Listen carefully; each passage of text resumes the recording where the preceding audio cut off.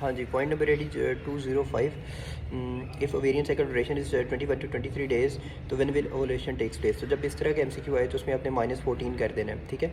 तो अगर ओवुलेशन हो रही है, ओवेरियन साइकिल ड्यूरेशन है 21 से 23 डेज़, तो इसमें से -14 करें तो ये बन जाएगा 7 to 9 डेज़, ठीक है। ओवुलेशन अगर 14 डेज़ बिफोर मेंसेस ना, तो हर साइकिल लेंथ का जो है ना उसमें से आपने -14 कर देना है, तो that will be your ovulation like उस वक्त होगी।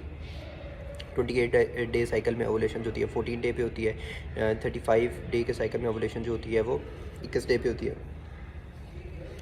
Next phase after ovulation of the menstrual cycle is the luteal secretory phase. This phase always occurs from day 14 to 28 day of the cycle, ठीक है।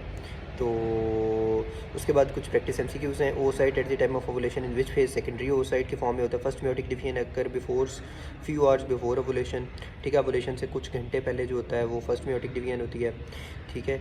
और female with primary infertility most reliable indicator of ovulation during ovulation phases ferning test becomes negative, ठीक है। Fern test जो होता है वो negative होता है इन प्राइमरी इनफर्टिलिटी, ठीक है। उसके बाद आ जाता है definitive evidence of ovulation, ferning of cervical mucus, one in the same thing, ठीक है। मैरिड है, फीमेल है, एज 18 ईयर्स है, amenorrhoea 8 weeks, BTSCG negative, physical examination show no abnormality, cause क्या होगा एनोवुलेशन, ठीक है।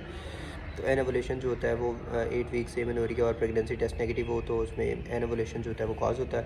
कंफर्म करने के प्रेगनेंसी में BTSCG, ठीक है। और secondary amenorrhoea ST best investigation FSH LH और प्रोलैक्टिन, ठीक है। First stage during onset of puberty breast bud appear होता है। Short tooth appearance of glands, vascularisation, oedematous stroma, तो ये होता है जी secretory phase done by progesterone.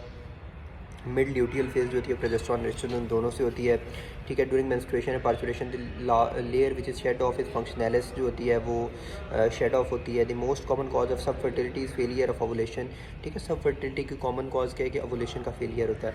206 point है during second stage of labour which is important factor. तो abdominal muscle की कॉन्ट्रैक्शन जो होती है वो सबसे इंपॉर्टेंट होती है सेकंड स्टेज ऑफ लेबर में। The hormone which triggers the parturition in mother is fetal cortisol. तो जो फीटल कॉर्टिसोल है ये पार्चुरेशन इन मदर को ट्रिगर करता है।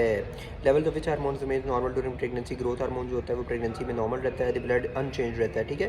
Blood levels of pregnant lady in second trimester will show normal levels of which hormone. तो levels normal during pregnancy. Growth hormone जो होता है वो इंक्रीज नहीं होता during pregnancy. Which hormone acts as growth hormone instead. तो वो क्या होता है ह्यूमन क्रोनिक सोमेटोमोट्रोपिन, ठीक है। सोमेटोमेमोट्रोपिन ये जो होता है ये as a growth hormone act करता है, ह्यूमन क्रोनिक सोमेटोमोट्रोपिन।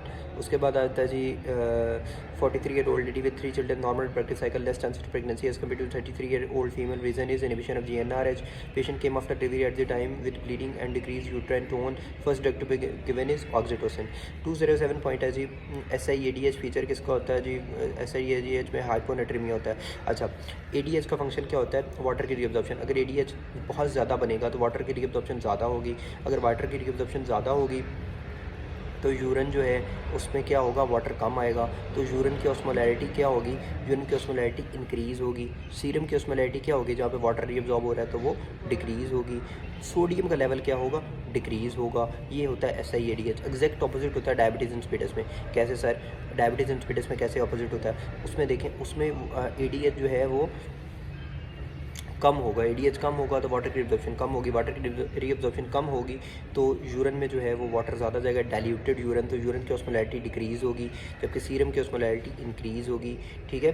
और सोडियम भी इंक्रीज़ होगा, अच्छा, डिहाइड्रेशन में क्या होता है? डिहाइड्रेशन में ना सोडियम भी इंक्रीज़ होना है, सीरम ऑस्मोलैरिटी भी इंक्रीज़ होनी है जस्ट लाइक डायबिटीज़ इंसिपिडस। लेकिन फ़र्क क्या है?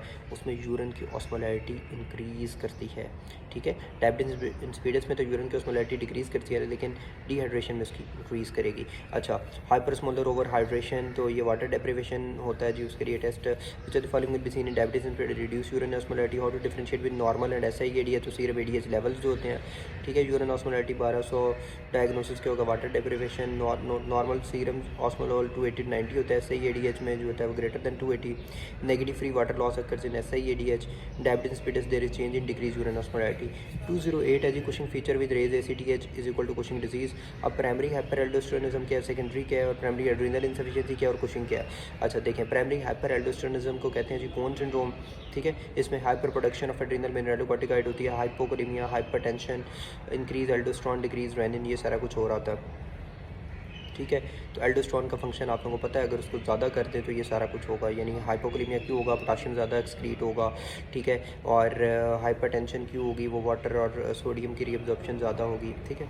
अच्छा, सेकेंडरी हाइपर एल्डोस्टेरोनिज्म में क्या है, secondary to renal ischaemia, renal tumour, oedema, cirrhosis, nephrotic, cardiac failure, increase aldosterone, बहुत ज़्यादा रेनिन इंक्रीज़ होगा। एडिसन्स डिजीज़ में क्या होगा, हाइपरटेंशन, हाइपरक्लीमिया, ठीक है।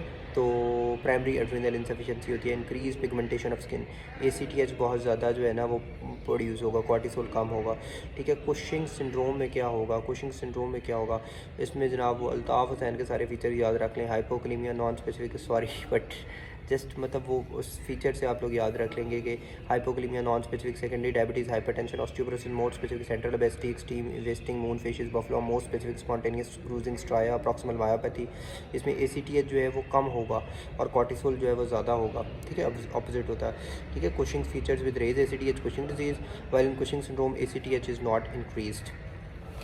कुशिंग सिंड्रोम के कुछ MCQs हैं जी, sign of primary adrenal insufficiency, hyperkalaemia, Cushing syndrome, eosinopenia, adrenal mass, Cushing syndrome, metabolic alkalosis, Cushing disease, investigation, increase cortisol, decrease ACTH, ठीक है। एडिसन्स में हाइपोटेंशन विद हाइपरक्लीमिया, कुशिंग में हाइपोक्लीमिया होता है, Cushing syndrome most common occur due to exogenous steroid in the hypertensive men with hypokalaemia, Conn syndrome, primary hyper aldosteronism, derivative के of progesterone, ACTH, ठीक है। Neisseria meningitis जो है वो कॉज होता है, पोस्टमार्टम हेमरेज, शियान सिंड्रोम, ठीक है। और एट्रोफी ऑफ कॉर्टेक्स होती है नॉर्मल से, अगर वो जो है वो अबाउट 2 ग्राम नॉर्मल से, alteration of adrenal is due to which of the following cell, atrophy of cortex की वजह से।